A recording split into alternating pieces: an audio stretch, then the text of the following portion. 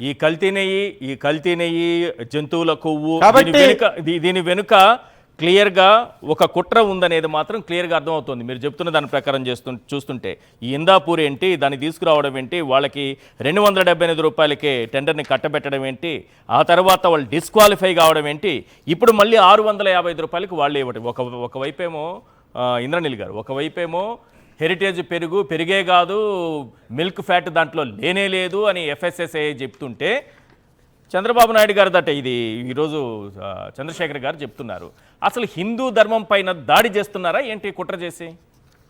రాజకీయాలు సార్. ఆయన అధికారంలో ఉండా లేకపోయినా ఎప్పుడు ఆయన ఆలోచించేది ఆయన స్వార్థ రాజకీయాలే.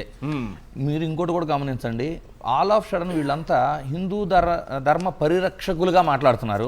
ఇందాక చంద్రశేఖర్ గారు చెప్పినట్టు పవన్ కళ్యాణ్ గారు ఏం చెబుతారు, మా నాన్నగారు సిగరెట్ వెలిగించుకునేవాళ్ళు దీపంలో, నాగబాబు గారు అయితే ఏకంగా దేవుణ్ణే తిట్టి చెప్పుకోలేని భాషలో అదే ట్విట్టర్లో పోస్ట్ చేయటం అవచ్చు. ఇవి కాకుండా మా కూతురుని బ్యాప్టిజం చేయించానని చెప్పే వ్యక్తి ఆల్ ఆఫ్ సడన్ ఇప్పుడు వచ్చి హిందూ ధర్మ పరిరక్షకులు అయిపోతారు.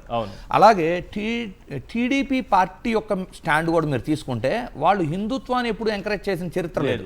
వాళ్ళు హైదరాబాద్లో బుద్ధుడి విగ్రహాన్ని పెట్టిన, అమరావతి విషయం వచ్చినప్పుడు కూడా అది బౌద్ధులకి బాగా ఫేమస్, ఇది అంతర్జాతీయంగా బౌద్ధులకి అంటే వాళ్ళు చెప్పిన స్టేట్మెంట్లు కూడా చూడండి. సింగపూరు, జపాన్లో బౌద్ధిజాన్ని ఫాలో అయ్యే నగరం లాగా ఎక్కడ కూడా చేయాలి అంటే ఆ బౌద్ధిజాన్ని కూడా మనం ఎంకరేజ్ చేయాలి అనే విధంగా వాళ్ళు హిందుత్వాన్ని ఎంకరేజ్ చేసిన చరిత్ర ఎక్కడా లేదు సార్. అది టీడీపీ పార్టీ తీసుకున్నా లేదు చంద్రబాబు గారు తీసుకున్నా కూడా. సో హిందూయిజానికి బుద్ధిజానికి ఉన్న తేడాలు, అసలు హిందూయిజంలో ఉన్న పద్ధతులు వేరు, బౌద్ధిజానికి వేరు.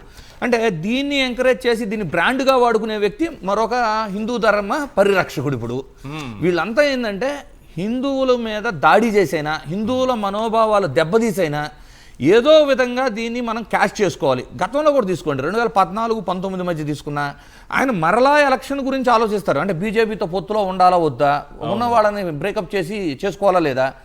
ఇప్పటికైనా ఫస్ట్ ఒక క్వశ్చన్ సార్ ఏంటంటే, ఇప్పుడు బంగ్లాదేశ్లో హిందువుల మీద దాడి జరిగిపోతుంది, పాకిస్తాన్లో హిందువుల మీద దాడి జరిగిపోతుంది అని దేశమంతా మీడియా కానీ ఇవన్నీ ఎంత అటెన్షన్ ఇచ్చి రాస్తున్నాయి కదా.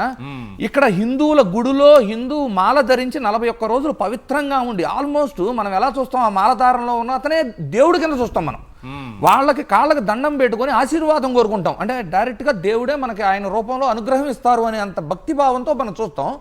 అలాంటి స్వాముల మీద దాడి జరిగితే ఏ ఒక్క మీడియా అయినా కవర్ చేస్తుందా?